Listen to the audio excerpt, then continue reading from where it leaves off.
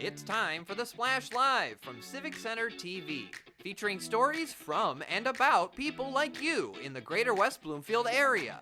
Simulcast on cable, 89.3 Lakes FM, social media, and the web. Now live from Green Media Center on Walnut Lake Road, it's the Splash Live. Live, local, social. It's the Splash Live on Civic Center TV. Welcome to the show. I'm your host, Jake Schaff, going over all of the biggest news and events from right here in greater West Bloomfield. The stage is set at West Bloomfield High School for a powerful and emotional production of The Outsiders, with performances scheduled for December 5th at 7 p.m. and December 6th at both 1 and 7 p.m.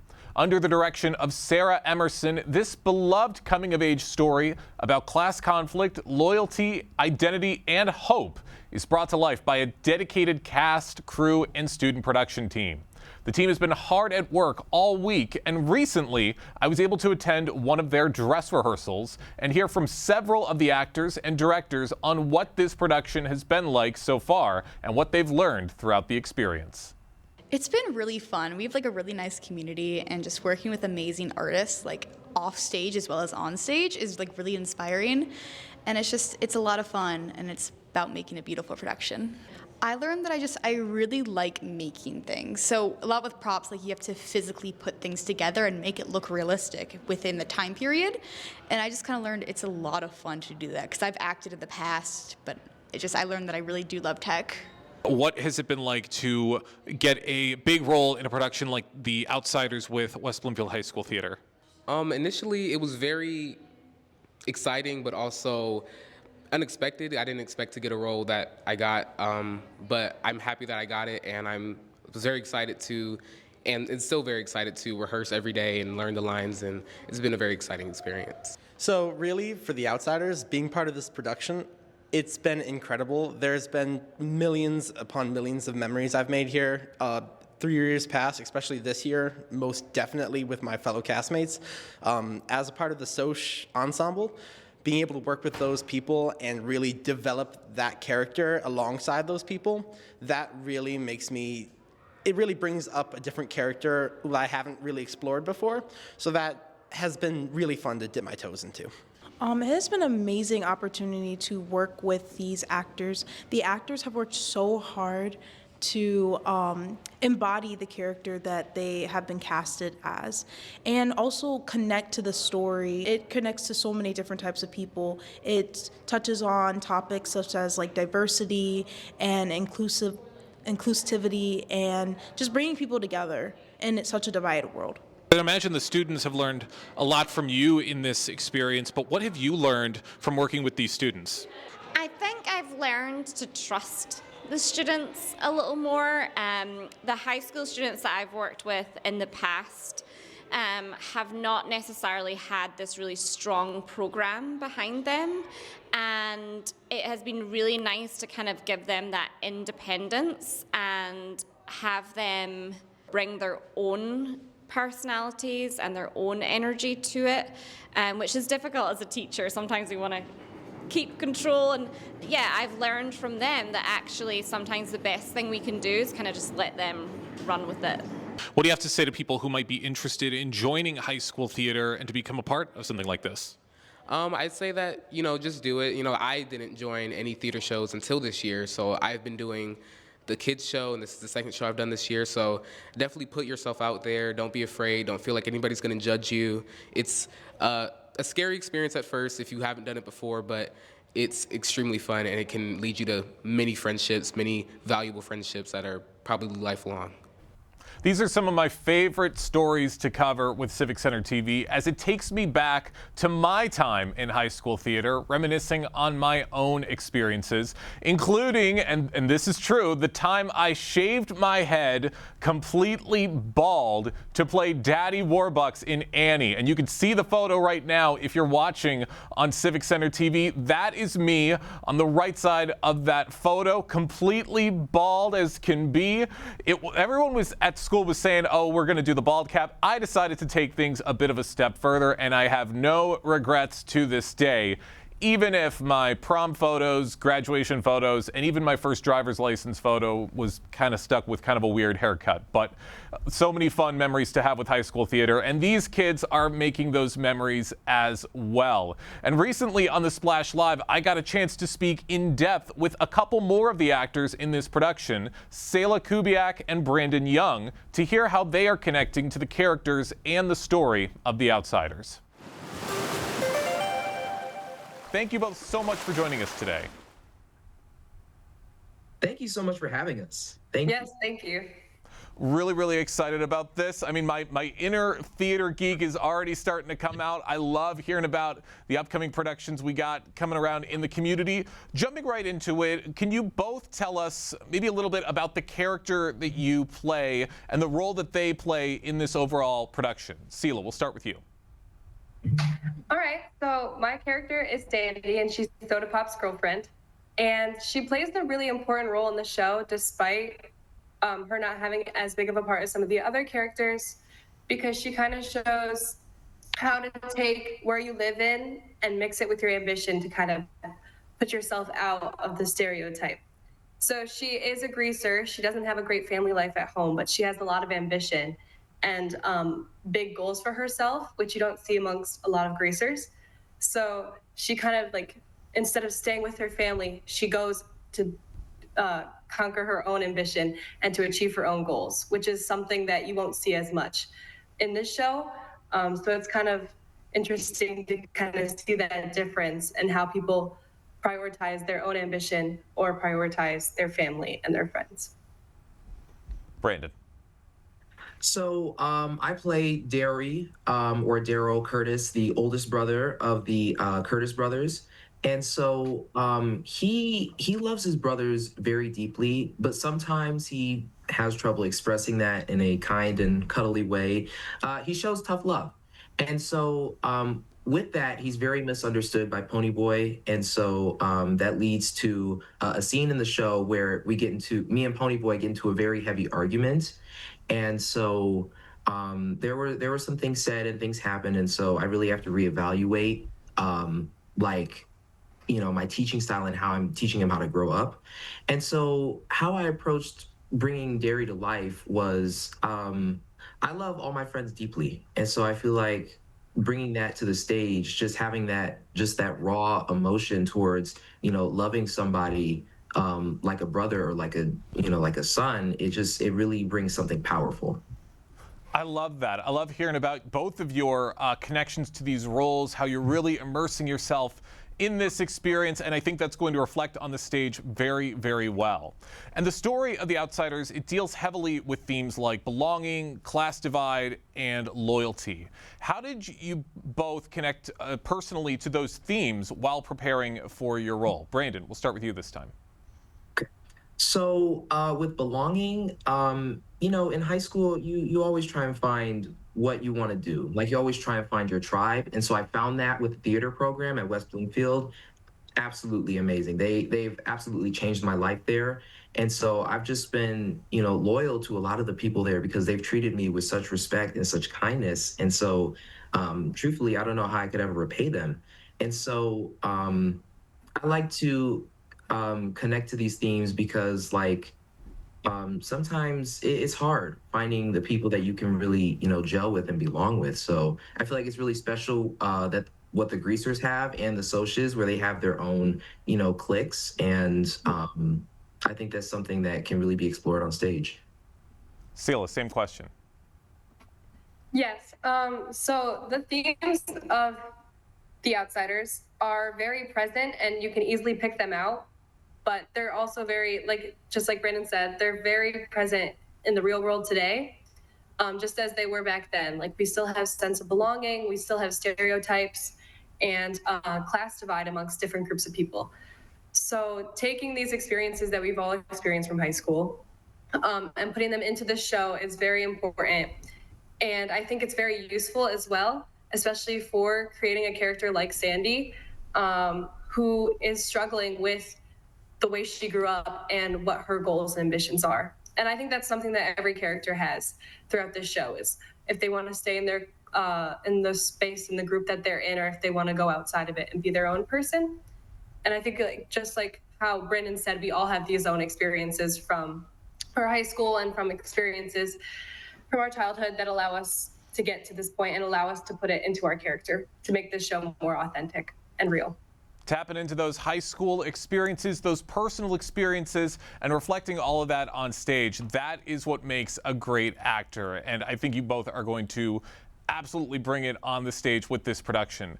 And Sela, I'm curious, what has this production taught you about friendship, identity, or empathy with this role? Wow. So that's a great question. I really like what you said about empathy. This play has a lot of love in it as well as a lot of hatred.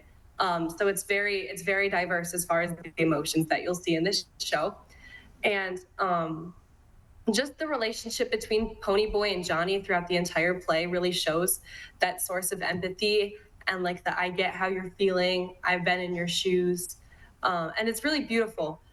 And it's taught me a lot about how to care for others and how to relate to others, because there's so many people from so many different walks of life and you never know what's going on with them. And at the end of the day, it's all about how they behave and how they'll act. And I think that's really important. And I think that's a great lesson that everybody should get to take away from our production. I completely agree. Brandon, same question. What has this production taught you about friendship, identity, or empathy? It's taught me that, everybody has something going on in their life. And so sometimes whenever they might accidentally take that stress out on you, you just have to take some time and understand it from their perspective. And so just having that empathy for people who just have, just busy and full lives. And so, just being kind to everybody and just treating everybody with kindness can really go a long way.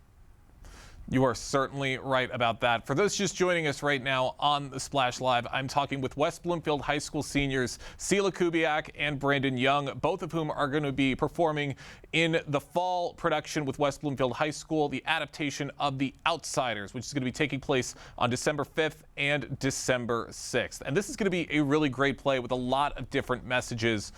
Out of everything, what do you hope audiences, especially students, take away from seeing this play? Brandon, we'll start with you. I really want students and audiences to take away from this play that, even if you feel like that you don't necessarily have that group of people that you can necessarily have like a strong friendship or bond or like a brotherhood in a sense, that you will find that. And sometimes it takes time. It just doesn't just fall into your lap like just in an instant. It takes time. And so in that process of finding those people that you can really be with, you also learn things about yourself. And so I feel like that's something that I really want audience to take away, is that, take the time to learn more about yourself before you, can find your tribe and find your people. Sela, same question. That's a great question as well. So our play does have a lot of themes and a lot of ideas and concepts to discover and unfold. So there's a lot you could take away, but I think one major thing that every person should feel is kind of like what we said before, that everybody has something going on in their life and everybody has a past and a background. And the best way to push through that is to just believe in yourself, trust in the people that love you, trust in the people that you love, so that you can create the best future for yourself in whatever way that may mean to you. So like for Sandy, that may mean going out and doing bigger things outside of this town that they live in. Or like for Derry, that just means to take care of his brothers.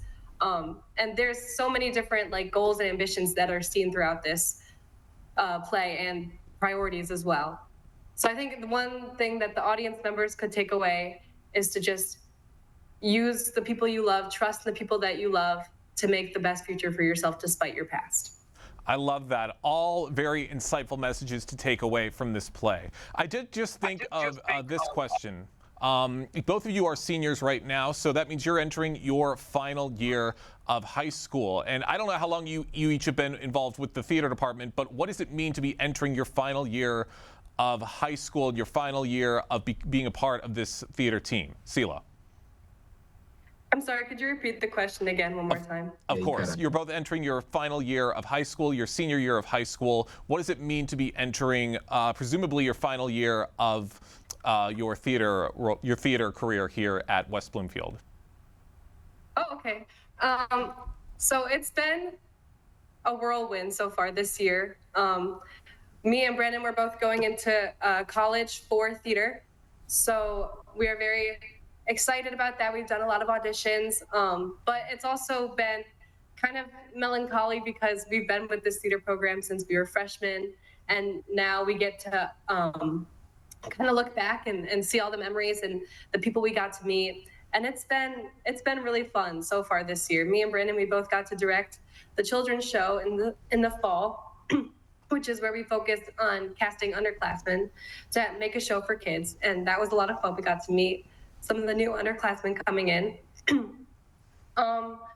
So yeah, it's been a lot of fun. It's been kind of sad, but we've had a lot of time to just reflect and to just grow deeper in our friendship and our friendship with other people in the theater program. And we're just having a fun year so that we can end this year off with a good note. Brandon, what about you? So yeah, I mean, sometimes, I think when I'm just alone, I'm like, dang, like it's my senior year, I'm almost done. And so it's honestly kind of crazy that, like what Sela said, we've been doing this since our freshman year, and now we're in our senior year, and we're, we've done so much as a department and just as friends. And so really right now, a lot of our focus is to do the best that we can for the theater department now, but also look into strengthening our department in the future and seeing what we can do with that. You're absolutely right. That senior year sneaks up on you very, very quickly, but it's what you do in that time that makes the impact, and both of you guys are doing that absolutely with everything you're doing with this play. I can't wait to see what's to come. I got one more question for both of you before we wrap things up. In one sentence, how would you describe this production and why? Sela. If I could describe this play in one sentence, it would probably be in a world full of violence and uncertainty, trust in yourself and the people you love, which is kind of something I talked about earlier in this interview. But I like that sentence because it kind of shows you, despite your past, you can still make your own future for yourself and make yourself the best you can be. Don't focus on your past, and don't try and just hold yourself into this little bubble. Like, you can expand. You see that a lot through like Pony Boy as he's going through this experience throughout this production of trying to see, like, does he want to be like the other greasers he's around, or does he want to be his own person? And I think that's really important, to not look on the people that are around you and don't like focus on your past and things that you can't change about yourself, but focus on the things you can change to make your life the best it can be. I love that. What about you, Brandon? Wow, that's a really good question. I think I would have to say trust in the people that you surround yourself with, trust in your friends and family. And the reason for that is because life is going to be hard. There are going to be times when you're really going to rethink just a lot of things that are going on in your life. And so sometimes you need that family or friend to just help uplift you and just give you that motivation, give you that boost of confidence to help you get through whatever you're going through. Because, everybody needs a put up. Everybody needs an attaboy here and there. So it's just really important to surround yourself with people who are willing to do that for you with no cost. Great answers, and I think you both are very, very well immersed in this production. Break a leg, both of you. Sela, Brandon, thank you both so much for joining us today here on the Splash Live. Thank you so much. It's so cool to hear about all of the powerful themes and messages that everybody involved in this production is going to be taking with them. Once again, The Outsiders is going to be with West Bloomfield Theater at the high school on December 5th and December 6th. Be on the lookout and hope to see a lot of people out there to witness this play firsthand. With football season having come and gone for the West Bloomfield Lakers, basketball season is now on the horizon. The West Bloomfield Lakers return to the court with a renewed sense of focus, energy, and determination as they prepare for another competitive basketball season.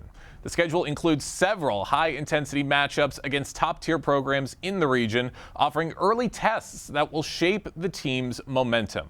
Joining us now on The Splash to give us a preview of the boys' basketball season is their head coach, Arnett Jordan. Arnett, thank you so much for joining us today. Good morning. Good morning. How's everybody doing? Everybody is great. Hope you are doing great as well. And I'm really excited because basketball season is back in West Bloomfield. I'm sure you're excited just as much as we are. What is exciting you the most about this year's West Bloomfield basketball team as the new season is about to begin? Well, I think that I'm really excited because I think this team has a chance to go far. We got some new faces, we got some old faces, but this team is together, and their way of playing this year, we'll be playing fast, so we'll be very entertaining to watch. I think so too. Could you describe a little bit more about the team's identity and the style of play that fans can expect to see this year? Well, we have some household names, the Curtis Brittons, Terry Lowe's, Jaden Browns, but then we also have returning to us Ryan Hood, who played at West Bloomfield for 2 years, and then he moved to Dallas, and now he's back home. We're happy to have him back. And then we have additions from the JV, a JV team that only lost no more than 3 games a year, so they've won a lot of games, and they're going to be very good players, Nazir and also Kobe. And then we have a transfer from Orchard Lake, Bruce Haynes, who's going to start and be a big participant. Sound like elite names, and it sounds like everybody is going to be truly making a name for themselves this season. How would you say the off-season training and preparation has helped to shape the team's confidence as they head into the first few games? We trained hard. That's why I'm so proud of them. And you can tell we've had 2 exhibitions. We played Seahome, and on Sunday we played Detroit Central, where we won by 20, and Curtis had 41 points. The conditioning, because of the way we want to play fast. So I think we had like 60 possessions in the game last Sunday. We want to play up-tempo, and play hard defense, pressing all over the place, and just it's exciting for the fans. So I just want them to know that you come out, you're going to see some fun. Sounds like it. You're getting a show with the West Bloomfield Lakers every single time. Now, as the coach of this team, it's your job to really keep everybody together and to instill that leadership in that team. How would you describe your coaching style with this team, and how are you inspiring them to start off this season? So my coaching style is, I would think that I'm called something like a player's coach. I allow my players to lead. Curtis Britton and Terry Lowe are the captains of our team. They've been with me for 4 years. They know exactly what I expect, and they hold their team accountable. And I think that's a way of success. Our kids know that I want discipline, I want defense, and I want us to play together and be together as one. And since Summer League, this team has showed that they are together more so than my team last year, but they like each other, they pull for each other, they hang with each other. And, when you have a recipe as a coach, you have a recipe like that, nothing but good things can come out of that. You're right. A good coach goes a long way to help a team go from great to outstanding. Now, with the first few games on this schedule, what would you say are maybe some of the toughest matchups that you guys are preparing for, and how you are prepping this team for those challenges? Well, I scheduled this year, as the kids would say, a lot of smoke, because I think we're going to be good. So out the gate, we are playing U-Prep on Friday at 7 o'clock. They won the Charter School League. We're playing Cass. We're playing Detroit Country Day, which should be a good team this year. And then we're playing East Kenwood at Saginaw Valley University. Along with that, the OAA Red, if not, will be the top league in the state this year. We got Farmington coming into the league, who were in the regional last year and won 20 games, and they have everybody returning. Obviously, Ferndale is always good, and Clarkston is always good. So we have teams that, our schedule is bona fide. We will be prepared for the state tournament. Sounds like you guys are ready to go for what's to come this season. For those just joining us on the Splash Live, I'm talking with the head coach of the West Bloomfield boys basketball team, Arnett Jordan, who's giving us a bit of a preview of what we can expect from the West Bloomfield Lakers on the basketball court within the next few months. Now, Arnett, Detroit's been going through a bit of a sports resurgence throughout the last few years. We saw it with the Lions a few years ago. We saw it with the Tigers just recently. And now we're kind of starting to see that with the Detroit Pistons, who have been on an incredible winning streak to start off this basketball year. Do you think that success for Detroit and the state of Michigan as a whole is really inspiring your players and seeing what can be possible with this game? Well, I'll tell you this. I challenge my kids to watch as much basketball as possible. So not just with the resurgence of the Pistons, however, Michigan and Michigan State are playing well. So you get a chance to see, college basketball where these guys inspire to play next year and the years after that, just watching. And sometimes you can learn from other people's mistakes. And I challenge them to go watch the Pistons, watch Michigan State, watch these teams and see how they're successful and how hard they play and how coachable they are. And it's helped. It's helped because our guys are locked in this year. I think they understand that we have something that can be special. You're absolutely right. There are countless hours of basketball game footage that come out every single day with so many teams throughout the country, and there's so much to learn everywhere you look. Now, with a very stacked team like it sounds like you have with the West Bloomfield Lakers, how do you balance developing young talent with relying on experienced players during close or high-pressure games?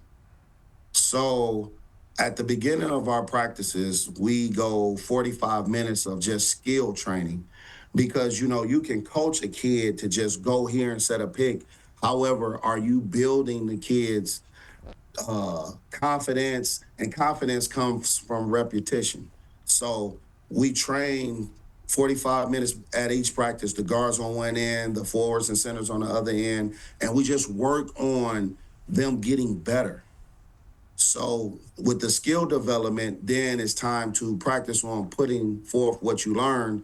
And then that becomes, free time for them in the games. The test is when we're working and we're putting in strategies and stuff. The game is supposed to be fun because you've already prepared for the test. Practice makes perfect, and you guys sounds like you guys have a lot of stuff figured out, and I'm sure it's going to be a great start to the season. And the community is rallying around this team. Everybody at the high school, everybody wants to see you guys succeed. How important is community support to your players, and what would you like fans to know as they gear up for the season? Community support is important. We need to see guys at the game. They need to hear you guys. I'm trying to put a product on a court that everybody can be proud of. We want you guys to travel, come see us, and we're going to play as hard as we can for you guys. Like I said, we'll play a fast pace this year. So if you like up and down and rebounding and trapping and shooting threes, we are the team for you, and we just want the guys to come support us, and we're going to do the very best we can to represent West Bloomfield in the right way. Once again, Arnett Jordan, the head coach of the West Bloomfield boys basketball team, is joining us this morning on the Splash Live to give us a preview of the upcoming basketball season ahead. I got a couple more questions for you, Arnett. Looking beyond wins and losses that are going to happen throughout the season, what does a successful season look like to you? Well, you can measure success by wins and losses, but also did they get better? One of the things, that we do at West Bloomfield, we're not just playing basketball, we're raising young men. So we want to make sure that our student athletes are playing as hard as they can on the court and then playing as hard as they can in the grade books. So we want to make sure that they're doing their grades. We want to make sure outside of basketball that they are being well-mannered and, obviously showing putting their best foot forward for the West Bloomfield community. Obviously basketball is, our avenue. However, we are here to make sure that our young men grow as young men, and then hopefully we can get these guys scholarships so they can go on and pursue the careers that they desire. There you go. Sounds like the great words of a fantastic coach, Arnett. You are really setting the stage very, very nicely for this basketball season. I got one more question for you. What's a final message you have to your team and to your fans before the season gets underway? My message to the kids and the students are, guys, come support. These guys have been working hard all summer, all preseason, because they know that we have a chance to be special. Please come out and support these guys. I promise you, you won't regret it. All right. I hope to see a lot of people out to support this team at all the games throughout this season. Arnett, thank you so much for joining us today here on the Splash Live. Thank you. Have a good day. You as well. Basketball season is coming up very, very soon throughout West Bloomfield. We had a great football season. Let's make this basketball season even better for the kids. On December 5th, a beloved Keego Harbor celebration returns just in time for the holidays. The Tom Kowalski Killers Christmas event at the Lodge Bar and Grill, which is celebrating its 15th anniversary this year. Over its 15-year history, this event has become a cornerstone for community giving, uniting sponsors, volunteers, and donors around Tom Kowalski's legacy of supporting the youth. Matt Riley of the Tom Kowalski Foundation joined us on the Splash Live recently to tell us what we can expect from the beloved event this year. Matt, thank you so much for joining us today. Jake, thank you for having me. I really appreciate you guys giving us the opportunity to get the word out even further. Of course, really, really looking forward to this event. I had such a blast attending Killers Christmas last year. I can't believe it's already this time of the year again. And like I said, this is the 15th anniversary of Killers Christmas, which is amazing. What does that milestone mean to you and the Tom Kowalski Foundation? Well, like you say, you can't believe that it's already been, a year since we were all in the room together. We can't believe that it's been 15 years, that we've been doing it, and since we lost Killer. But it's just like we are so heartfelt, and we can't believe that it's been 15 years. And we stayed with the community, and we just think the big guy's looking down on us with a big smile on his face. Absolutely. I think he would be incredibly proud of how far this event has come throughout those 15 years. And for those who might be a little unaware, could you share the story of how Killers Christmas began and why Tom Kowalski's legacy inspired this annual event? Absolutely. So, as we all know, those of us who knew Tom knew that he was a big man with an even bigger heart. And he had a huge spot in his heart for children. And he didn't think that any children should go without at Christmas. So he started a small event in Keego at a bar called the Brew House. And there'd be he'd be himself, and maybe Stoney and Wojo would be behind the bar. And they'd raise a little bit of money, a couple $1,000 to help out the kids in Keego who went without. After his passing, a group of us got together and decided that this would not die with him. And we moved the event to the lodge, and we raised, I think the first year, maybe $18,000, and we kept going up and up and up. And I'm proud to say that last year we raised $144,000 on the night. Wow, that's a huge milestone, and all money that's going to incredible purposes. Could you tell us a little bit of where all of this money goes and the many charities that this event supports? Sure. All of it. So we have nobody on the payroll. I mean, we have a handful of expenses, but pretty much dollar for dollar of everything raised goes out to 4 charities. One is Fueling Kids' Futures, which is West Bloomfield Schools, where they make sure that the kids who are needy for food go home with 6 meals every weekend. Also, we have Team Joseph, which is children, mainly boys, with Duchenne muscular dystrophy. Defeat the Label, which is an anti-bullying junior high and high school group, and then a group called the Downtown Boxing Gym, and they have a program called Books Before Boxing. Believe me, it's not boxing, it's Detroit schools. Well, it's after Detroit schools, helping the kids get the education that they really need. All amazing programs that this event supports, and we love to see it, Matt. And I'm curious what we're going to be looking forward to for this year's event for 2025. Are there any special programs, guests, initiatives that you can tease for what's to come this year's event? Absolutely. A couple of things. One is we're chasing a goal, and we just think it's poetic a little bit that 15 years, we're going for $150,000, which will be a new record. We still got some work to do, but we're working hard.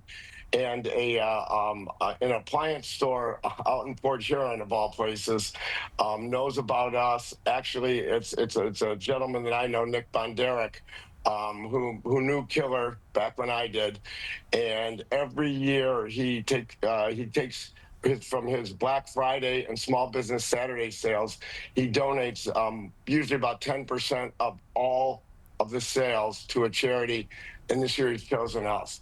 So anybody listening who might be interested, Kimball Appliance, they can order online, kimballappliance.com. Anybody wants to drive out to Port Huron, buy any kind of appliances, bedding, what have you, we'd appreciate it. That's right. Want to get as many people knowing about this event as possible. Want you to break that $150,000 goal that you have and to extend it even further. For those just joining us on the Splash Live, I'm talking with Matt Riley from the Tom Kowalski Foundation, who's giving us a sneak preview of this year's Killer Christmas event taking place at the Lodge Bar and Grill on December 5th, the 15th anniversary of this incredible event. And having had this event go on for 15 years, I'd imagine there's a lot of big moments that stand out within that time. What would you say are some of the most meaningful achievements or moments from the past Killers Christmas events? So in the past couple of years, Marissa Penrod, who a lot of the viewers probably know of, she is the president founder of Team Joseph. Her son Joseph has muscular dystrophy, Duchenne muscular dystrophy, and she just refuses to give in. And she started an organization that actually Tom Kowalski and I were a part of 14, 15 years ago. And it's going today. And the last couple of years, Marisa has gotten up on the bar. Any of you who've been at the event know that we like to do a lot of announcements standing on the bar. And she's shown us all the impact that we've made in some of these kids and their families' lives by getting them vans, wheelchairs, ramps, what have you. And it's kind of, it's tangible, right? You can wrap your arms around that, and everybody in that room feels the love, and we've helped make this happen. You absolutely have. And with an event like this, I'd imagine it's not just the Tom Kowalski Foundation that's behind this. There's a lot of help that helps to put on this event every single year. How do you engage sponsors, volunteers, and the broader community to sustain the event year after year? Well, it starts with the people at the lodge. I mean, Kelly, Albert, Nick, and the gang all at the lodge are just incredible. I mean, what they do for us and the way they roll out the red carpet and help us. Then we have an incredible group of volunteers that come from some of the charities. Team Joseph supplies us a lot of volunteers. There's a lot of regulars at the bar who jump in, and we probably have 30 volunteers on a given night. And then the sponsors. I mean, that's something that's kind of grown organically over the years. The first couple of years, first probably 7, 8 years, we didn't have sponsors. And then we realized, you know what, let's just sponsor everything. So I'll just give you an example. Zott Ford sponsors the bathrooms. And if anybody walks into the men's or the women's restroom, they're going to see Zott Ford stickers everywhere. Christina Gennari Homes sponsors the valet parking. So when people pull up, the valets are wearing her T-shirts and hats. And the sponsors have really gotten involved, and they also help us promote the event.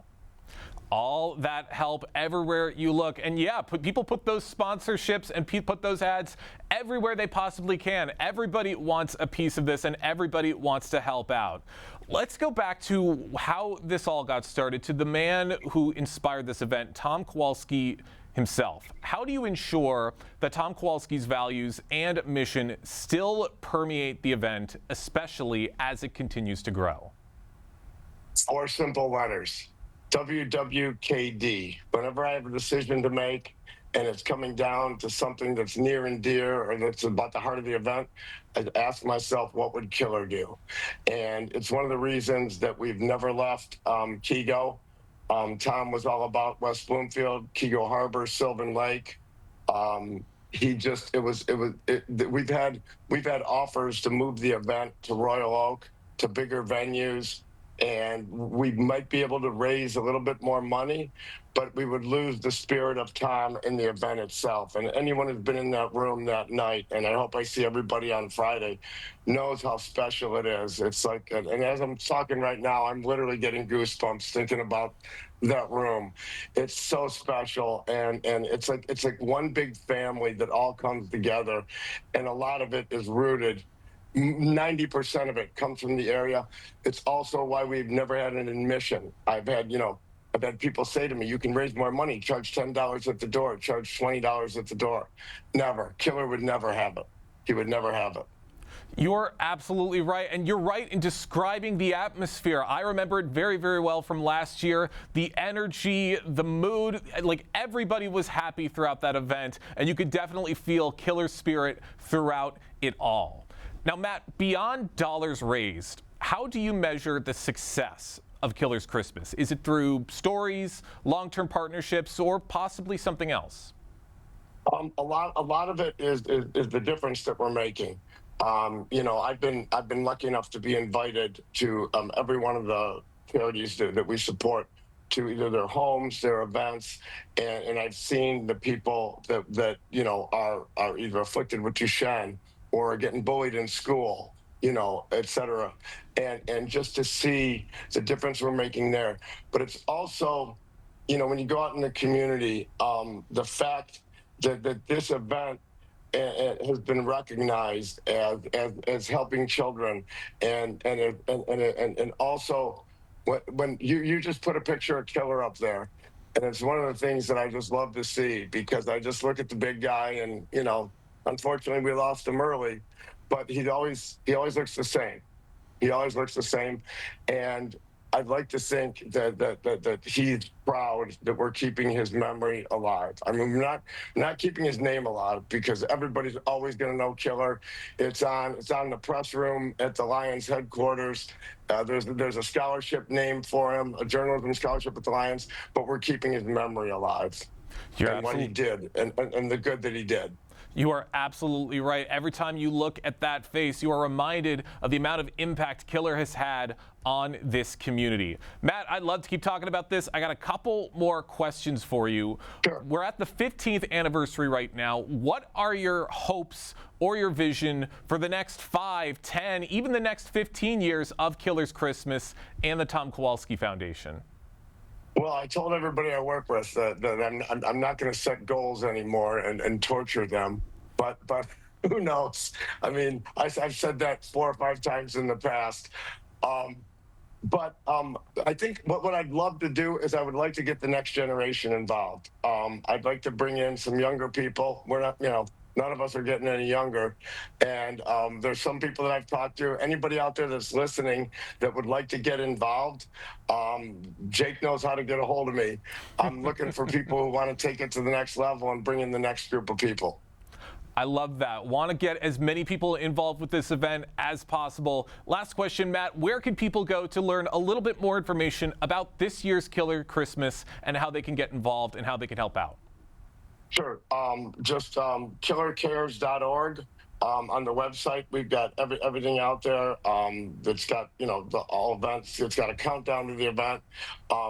We're on Instagram and Facebook and all the social media. And I apologize. Any of my friends who are watching this are going to laugh. I've never been on any social media. I'm of that age. But there's a Killer Cares pages on everything that are posting daily. But killercares.org, all the information's there. That's where to go to learn as much as you can about this event, and we hope to see as many people out there as possible. Matt, thank you so much for joining us today here on the Splash Live. Jake, thank you so much. Look forward to seeing you a week, well, 2 weeks from this Friday.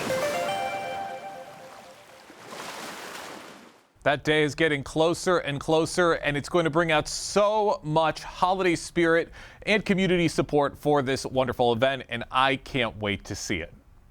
As wintry temperatures continue to drop and the roads become covered in snow, it's important to stay alert for proper road care and situations that might affect your daily commute. The Road Commission of Oakland County is beginning the intricate process of preparing for the winter season and making sure our roads are safe to navigate. Craig Bryson of the Road Commission for Oakland County joined us on the Splash Live recently to tell us more. Craig, thank you so much for joining us today. Thank you for the opportunity. Of course, very, very important conversation to be having. We've all been seeing the snow come down in Michigan, the first snow of the season, and it's just reminding us of what is to come. So as the temperatures begin to drop, what are some key things Oakland County residents should keep in mind when driving on local roads? Well, the first and foremost thing we always tell people is to please slow down. We'll be out doing everything we can, but we can't guarantee that there won't be some icy, slushy spots. So please slow down, drive appropriately for conditions.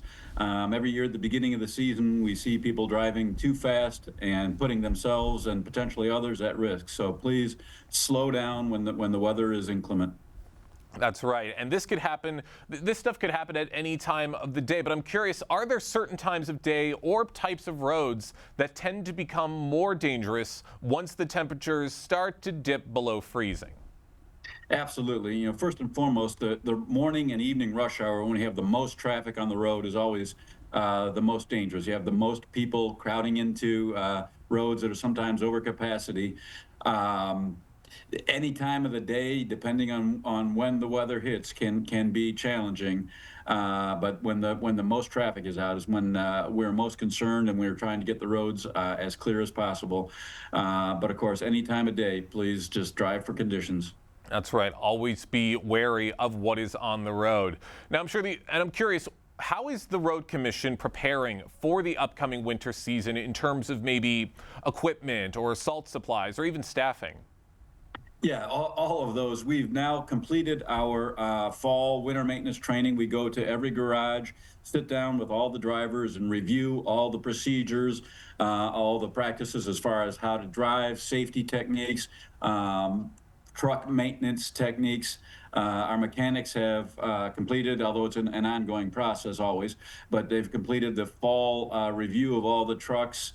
The trucks are ready to go. We've got all of our salt facilities full, which means we've got about 37,000 tons of salt in 6 storage facilities across the county. So we are ready. Wow, 37,000 tons of salt, is that what you said? Yes, that's how much we have on hand when we have all of our salt facilities full. We use an average of about 64,000 tons per year. So, that's a little bit more than half of what we'll use in an average year. Wow. I mean, that certainly does help put things into perspective about just how much you guys prepare for this sort of stuff and just how much work goes into keeping our roads safe. And I am curious, Craig, with the winter season coming along, because you guys do great work in keeping our roads safe, but of course, I'm curious, are there maybe some new technologies or strategies that the Road Commission is going to be using this year to maybe improve efficiency and response times, especially during snow and ice events? Well, there's a couple of things. We finally got 34 new trucks in this year, late this year, that we literally had ordered during COVID, and they finally came in. The delay in getting equipment has been crazy for the last couple of years. We're finally getting those trucks out on the road. Those trucks offer some new technologies. Traditionally, salt trucks had a single salt spreader in the back that spread the salt. Some of our new trucks have dual salt spreaders on each side of the back of the truck that allows them to salt a wider area. We can do multiple lanes at once. Some of them even have salt spreaders on the side of the truck that can spread the salt out to an additional lane towards the side.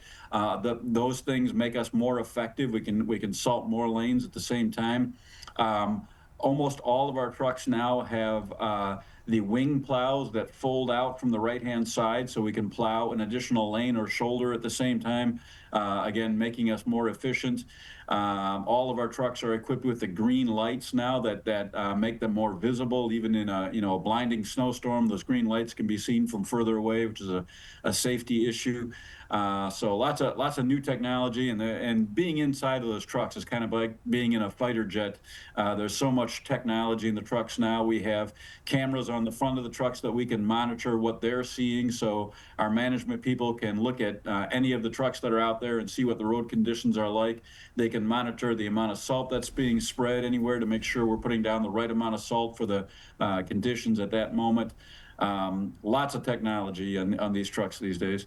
You're absolutely right about those trucks. I was in one of those trucks last year for a story for Civic Center TV, and I can tell you firsthand, yes, a lot of technology, a lot of stuff that goes into keeping our roads safe, and it's great to hear of the continued updates in that efficiency. For those just joining us right now on the Splash Live, I'm talking with Senior Communications Manager for the Oakland County Road Commission, Craig Bryson, about some important tips to keep in mind as we're starting to see the first snowfalls of the winter season, and as temperatures are dropping, how to protect ourselves and keep ourselves safe on the road. Now, it doesn't matter what time of year it is, road construction is always going to be taking place, and that's something people should still be aware of as we are navigating through the winter season. How is construction managed during colder temperatures like this? What usually gets done?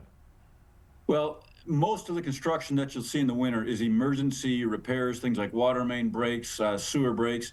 Most of the main road construction will wrap up typically by the end of November or so. A few projects, they'll continue to do some surface work. But of course, please watch all the signs, slow down. Don't try to go through areas that are closed. Every year we have people that ignore the road closed signs, drive around barriers, putting themselves and the workers at risk. Please don't do that. That's a safety issue. The roads are closed for a reason. If we didn't have to close the roads, we wouldn't. But they're closed for good reason. Please respect those barricades and those signs, and don't go around them, and don't put yourself or our workers at risk. We want everybody to go home safely. That's absolutely right. That is the biggest priority above everything else. And of course, also when it comes to colder temperatures, that means severe winter weather is always going to be in the back of our minds. It can always pop up at any time. What kind of coordination usually takes place between the Road Commission and local municipalities during severe winter weather, would you say? Yeah, well, we monitor the weather very closely. If we know there's a storm coming, we will keep we'll let the communities know that we're going to be getting ready to get out there. Sometimes the storms come up with a little advance warning. Those are the more challenging ones. Or we get a storm where it's right at the breaking point of the freezing. You know, if it goes up a degree, there's no storm, it's just rain. If it drops a degree, we have a major snowstorm. Those are the kind of the hardest ones to monitor, but we do try to share information with our partners in all the communities. Many of the cities and villages are also doing their own road maintenance, so they're monitoring things as well. But communications is a big part of it. We want to let the public know what we're doing as well, so we'll send out press releases to you, our friends in the media. We'll post information on social media. That's a great way to kind of keep track of what's going on. But it's often a very fluid, changing situation, and it can change, minute by minute sometimes. Sounds like a pretty well-oiled machine, all things considered, and great ways to keep everybody informed. I got a couple more questions before we wrap things up, Craig. How can residents stay updated on current road conditions or report problems that they witness during winter storms? Yeah, great question. So we've got a real-time traffic map on our website that'll indicate whether traffic is slow or going at normal speeds. There's also a lot of cameras that you can click on to see real-time what the roads look like in those locations. That's a great resource. We've got all the MDOT cameras along the freeways linked on that website, so you can click, see if the freeway is running smoothly or if there's snow on the roads. That's one great source. You can follow our social media. We post updates there regularly.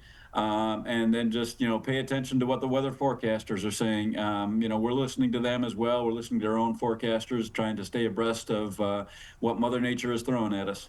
That's right. And I mean, Michigan weather can be some of the most unpredictable weather of all, as this said from somebody who's lived in the state all 26 years of my life. But it can always change with the snap of a finger. But yes, always important to stay prepared. Craig, I want to thank you so much for joining us on The Splash. One last question. What would you like the public to better understand about the work your crews do during the winter months to keep roads safe and accessible? Yeah, that's a great question. We want people to know that we will be out there when it snows. We often hear, well, I haven't seen a snowplow, so you guys must not be out. The reality is we cover 2,700 miles of county roads and 230 miles of state highways. And when we have our maximum coverage out, we've got about 109 trucks, 19 road graders, and potentially 18 pickup trucks.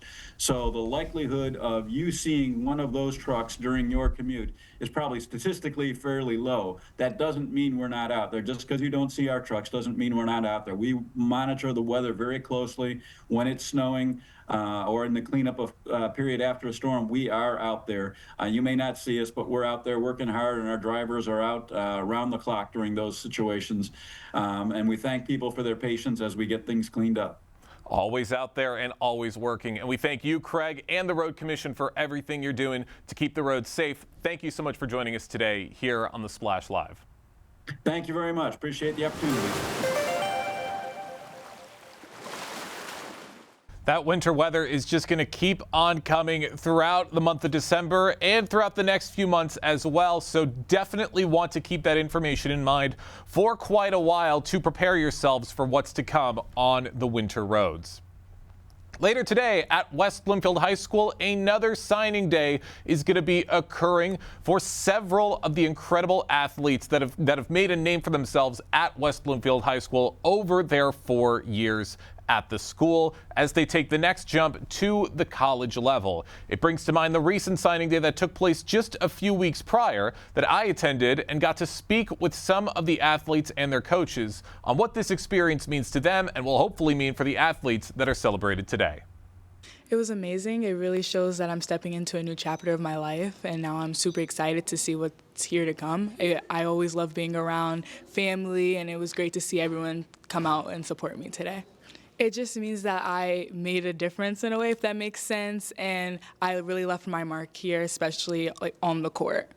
It's always a great day to see high school students, athletes, sign to play another 4 years. Not a lot of kids get a chance to play the next 4 years, and Amani was, in the dozen years that I've coached varsity volleyball, is probably the best offensive player I've had. So to see her excel and to be able to have the opportunity to play, I knew she'd have an opportunity to play at the next level, but to see her sign, it's always a special day. It feels great.